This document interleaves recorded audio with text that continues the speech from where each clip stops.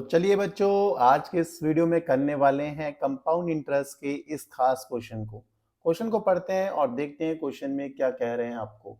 Question में कहा गया आपको the price of silver at present is 70,000 per KG. Its price increases at the rate of 5% in the first year, decreases at the rate of 10% in the second year.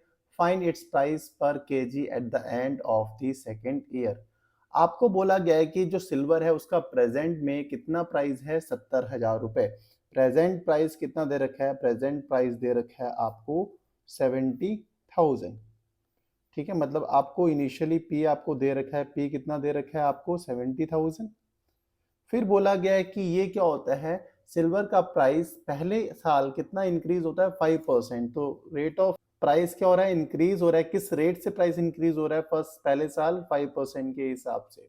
और फिर दूसरे साल price क्या होता है, सिल्वर का decrease होता है, मतलब R2 आपका डिक्रीज हो रहा है। किस रेट से डिक्रीज हो रहा है, 10% के हिसाब से। ये इंक्रीज हो रहा था और ये डिक्रीज हो रहा है। सेकेंड ईयर में जो प्राइस है वो किस रेट से डिक्रीज हो रहा है, ये डिक्रीज का साइन शो कर दिया मैंने। तो 10% के हिसाब से डिक्रीज हो रहा है। तो 2 साल के बाद टाइम आपको दे रखा है, 2 ईयर्स के बाद आपका आफ्टर 2 ईयर्स प्राइस क्या रह जाएगा सिल्वर का, यही आपको बताना है। ये आपको ए बताना है, आफ्टर 2 ईयर प्राइस क्या रह जाएगा, eight the end of 2 year price क्या रह जाएगा, यही आपको बताना है। ठीक है, तो अब यहाँ पे हर साल जो रेट है वो अलग अलग है। पहले साल की अलग रेट से इंक्रीज हो रहा है और दूसरे साल अलग रेट से डिक्रीज हो रहा है। इस केस में कौन सा फॉर्मूला यूज करेंगे हम, देखो ए इक्वल टू होगा पी। पहले साल की बात करूं तो रेट इंक्रीज हो रहा है, तो यहाँ पे जो प्लस का साइन है ये क्या कर रहा है, ये शो कर रहा है कि आपका प्राइस इंक्रीज हो रहा है। प्लस का साइन यहाँ पे शो कर रहा है कि प्राइस इंक्रीज हो रहा है पहले साल। फिर दूसरे साल प्राइस डिक्रीज हो रहा है, तो यहाँ पे नेगेटिव का साइन ये शो कर रहा है कि प्राइस डिक्रीज हो रहा है।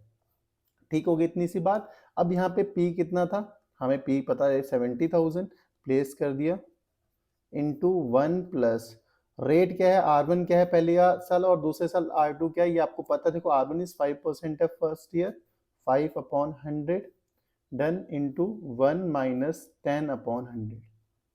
इतनी सी बात होगी। ये हम ए फाइंड कर रहे हैं, eight the end of 2 year price क्या रह जाएगा।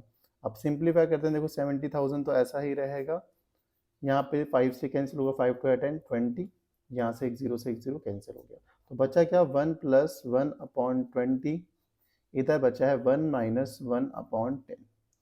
सही होगी बात, आपको भी बिल्कुल सही होगी। आगे बढ़ते हैं, 70,000 इंटू यहाँ क्रॉस करेंगे तो 20 into 1 is 20 plus 1 is 21/20 into 10 into 1 is 10, 10 minus 1 is 9/10। ठीक है, जीरो थोड़ा बड़ा कर लेते हैं। इस जीरो से ये जीरो कैंसिल, एक इस एक जीरो से एक जीरो कैंसिल, 2 से हम इसे कैंसिल करेंगे 700 को कितना आएगा 350। ठीक है, तो यही चीज हमारे पास ए है। अब आगे हम कर लेते हैं, यहाँ पे a इक्वल्स टू हो जाएगा 350 इंटू 21 इंटू 90।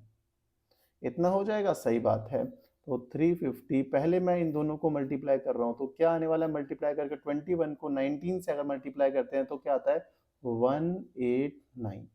ठीक है, अब 350 को 189 से अगर हम मल्टीप्लाई करते हैं तो कितना आता है आपके पास 66,150 रुपीस। तो eight the end of 2 year, eight the end of 2 year price क्या रह जाएगा सिल्वर का पर केजी, 66,150 रुपीस रह जाएगा। तो यही था आपका आंसर। कितना आसानी से हमने कर लिया।